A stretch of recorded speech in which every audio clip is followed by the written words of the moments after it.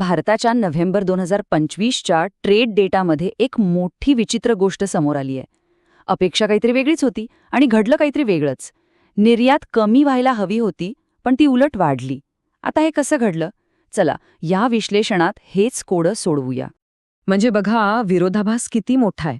एका बाजूला अमेरिका, जो आपला सर्वात मोठा खरेदीदार आहे, तो तब्बल 50% टॅरिफ लावतोय.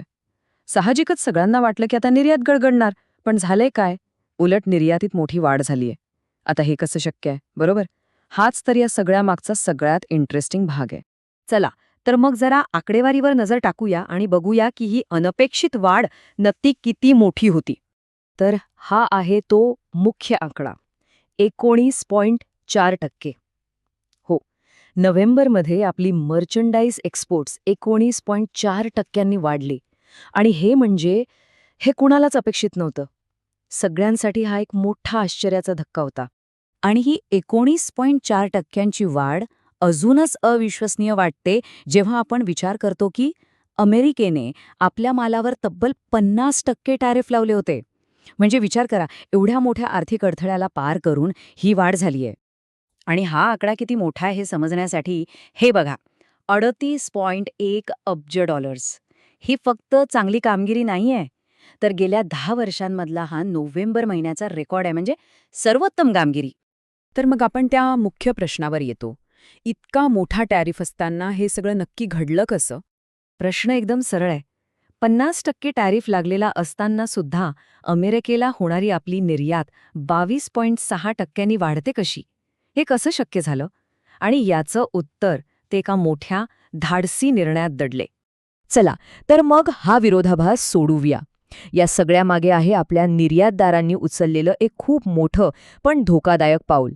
एक प्रकारचा जुगारच म्हणा ना.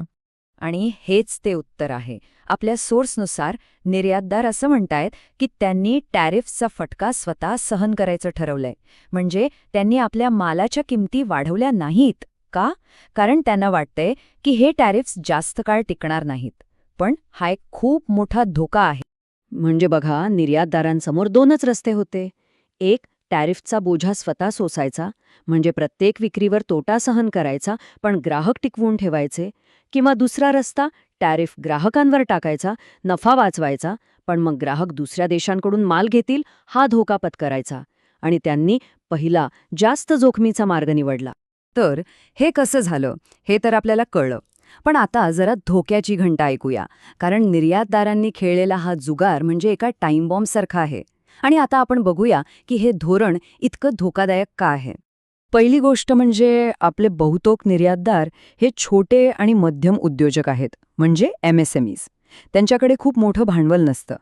ते किती दिवस तोटा सहन करणार?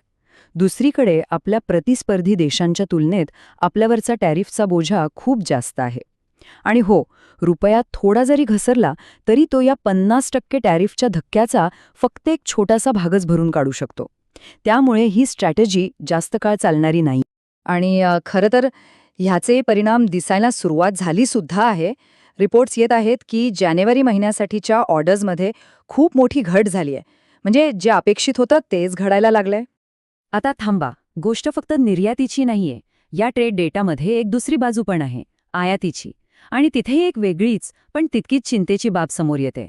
आकडा आहे उणे 1.9%. म्हणजे नोव्हेंबरमध्ये आपली आयात कमी झाली. आता वरवर पाहता हे चांगलं वाटू शकतं, कारण आपली ट्रेड डेफिसिट म्हणजे व्यापार तूट कमी होते. पण यामागे जी कारणं आहेत ती मात्र चिंता वाढवणारी आहेत. बघा, आयात कमी होण्याचा एक अर्थ असा असू शकतो की देशातल्या लोकांची आणि कंपन्यांची खरेदी करण्याची ताकद कमी झाली आहे. म्हणजे देशांतर्गत मागणीच कमी झाली आहे. आणि जेव्हा लोक कमी खरेदी करतात तेव्हा अर्थव्यवस्था मंदावते. हा एक धोक्याचा इशारा असू शकतो. तर मग या दुहेरी संकटातून मार्ग कसा काढायचा? एकीकडे निर्यातीवर दबाव, दुसरीकडे देशांतर्गत मागणी कमी होण्याची भीती. पाहूया पुढे काय होऊ शकतं. अर्थात सरकार यावर काहीतरी करण्याचा विचार करत आहे, जसं की निर्यातदारांना मदत करण्यासाठी ज्या एक्सपोर्ट प्रमोशन स्कीम्स आहेत त्यांना लवकर लागू करणं किंवा त्यांना आर्थिक मदत देण्यासाठी क्रेडिट गॅरंटी स्कीम आणणं. पण प्रश्न हा आहे की हे पुरेसं आहे का? पण हे समजून घ्यायला हवं की हे सगळे उपाय तात्पुरते आहेत. एक प्रकारे मलमपट्टी करण्यासारखं आहे. कारण खरी समस्या देशात नाही तर बाहेर आहे. जोपर्यंत अमेरिकेचे अध्यक्ष टॅरिफबद्दलचा निर्णय बदलत नाहीत, तोपर्यंत ही तलवार डोक्यावर टांगती राहणारच. आणि शेवटी आपण याच मोठ्या प्रश्नापाशी येऊन थांबतो. सगळं ठीक होईल अशी आशा बाळगणं सोपं आहे, पण जर तसं नाही झालं तर? त्या वाईटात वाईट परिस्थितीसाठी आपण तयार कसं व्हायचं? आणि हेच आज भारतीय उद्योग आणि सरकारपुढचं सगळ्यात मोठं आव्हान आहे.